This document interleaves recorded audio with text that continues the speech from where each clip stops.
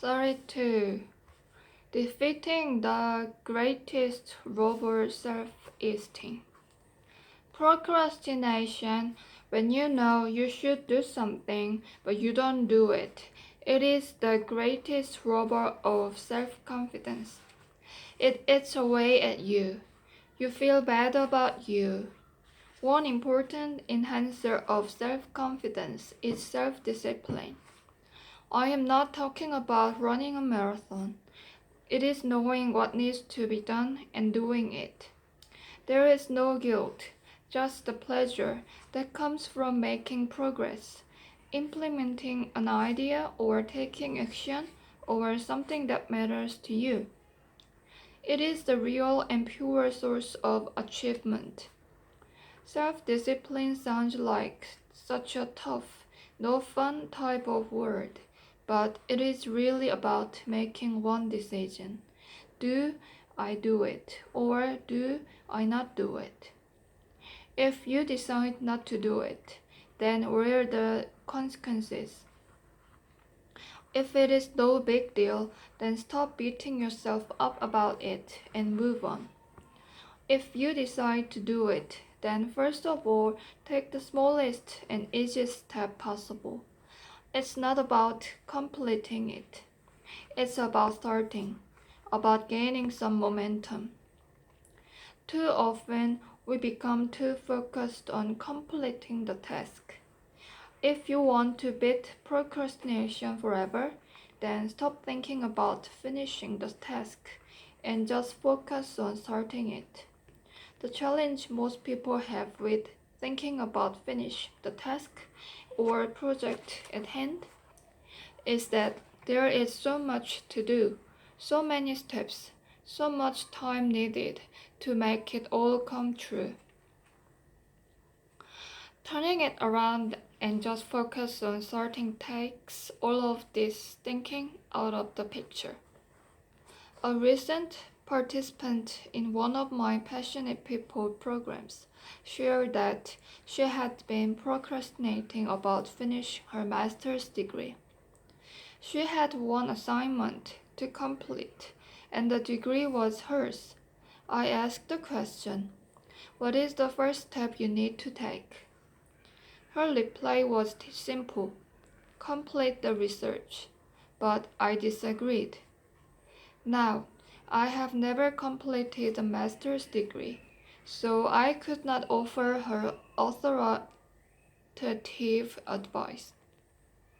But it seemed to me that was too big a task or chunk to start off with.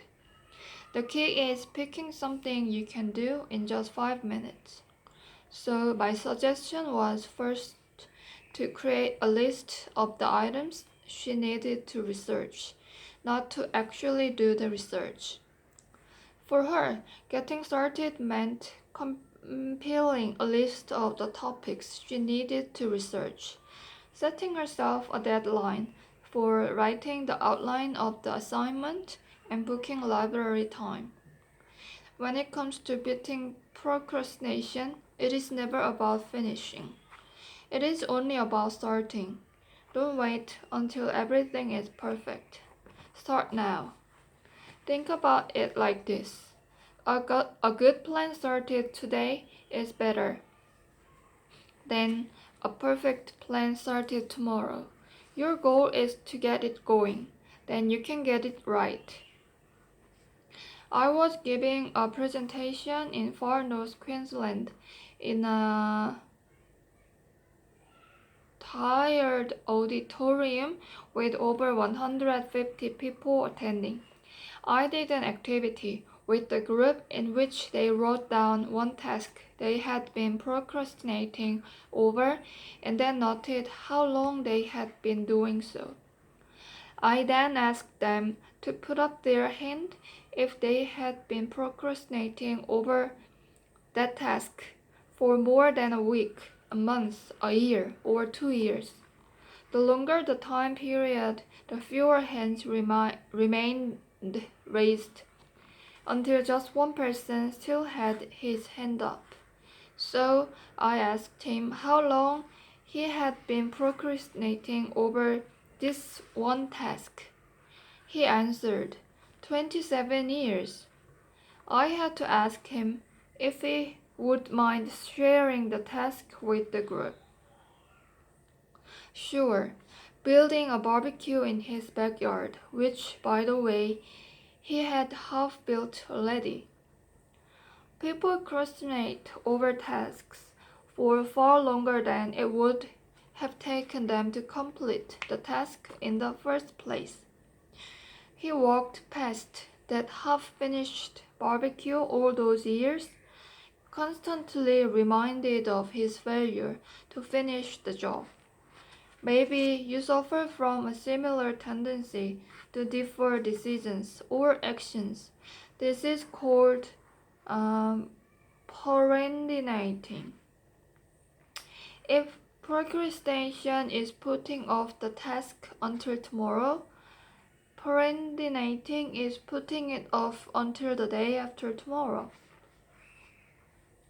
If procrastination steals self-confidence, then procrastinating steals hope. Ultimately, it could be an accurate definition for giving up. When you have no hope, your capacity to dream of what is possible is destroyed. So replace procrastinating and procrastinating with being proactive. Write down one task you are procrastinating over and then write down the smallest step you can take in the next 5 minutes. Just pick any one action you can do in 5 minutes to start.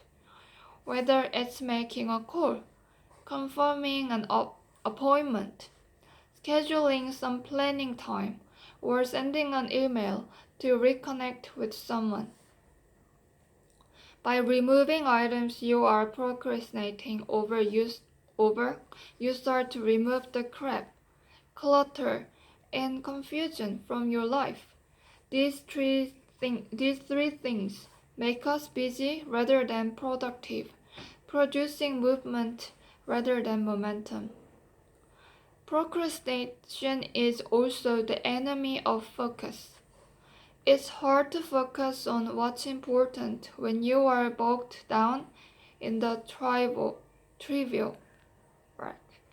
Sometimes we need to get our base camp in order before we can climb to the summit. What crap do you need to remove from your life? What clutter do you need to clean up? What confusion do you need to gain clarity about? 33. Understanding how you like to focus. There are 4 different ways you receive and record information. Visual, through pictures.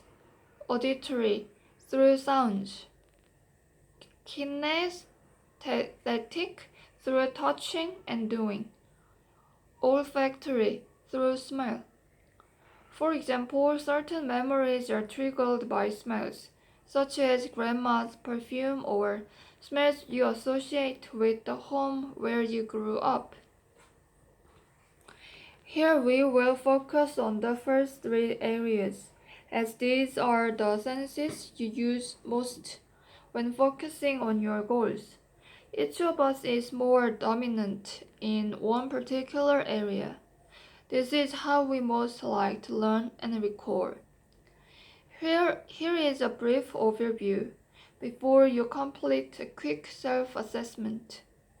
Someone with a visual learning style has a preference for seen or observed things, including pictures, diagrams, demonstrations, displays, films, flip charts, or handouts. These people will use phrases such as "show me" and "let's have a look at that," and will be best able to perform a new task after reading the instructions or watching someone else do it first. They will work from lists and written directions and illustrations. Have you ever thought about buying a car and the more you think about it, the more examples of this type of car you spot as you drive around. Your reticular activating system has visually tuned in to car images for you. Someone with an auditory learning style absorbs information mainly through listening. These people will use phrases such as "tell me" and "let's talk it over," and will be best able to perform a new task after listening to instructions from an expert. They are happy being given spoken instructions over the telephone and can remember all the words to songs they hear. Often hearing an old song will immediately take you back to a time in your life when that song meant something to you. Someone with a kinesthetic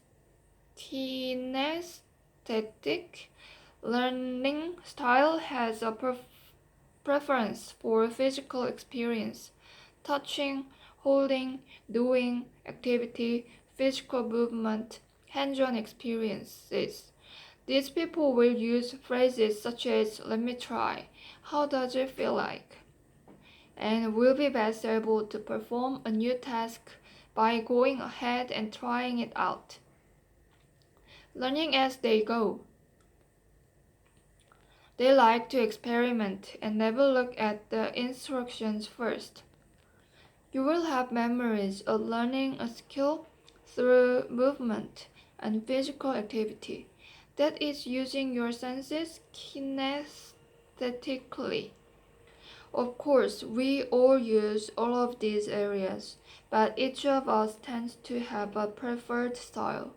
The easiest way to determine your learning style is to complete the VAK Learning Styles Self-Assessment Questionnaire, which can be assessed online. You will be able to complete it online or download a PDF document. It takes you through a bank of A, B, and C questions, such as how you might personally ask for directions, by reading map, asking someone, or following your instincts, or how you handle the operation of new equipment, cook new meals, or teach someone a new skill. When choosing your answers, go with your first instinct. And remember that no one answer is better than any other. From your results, can you determine whether you have a mainly visual, auditory, or kinesthetic learning style? What has all this got to do with doing what is meaningful in your life? Well, it's simple. When you create a better connection between you and your goal that resonates with your personal makeup, you are likely to have a far greater commitment to that goal, knowing how you are best able to receive and recall information, and therefore to learn helps you to focus on what counts in your life right now.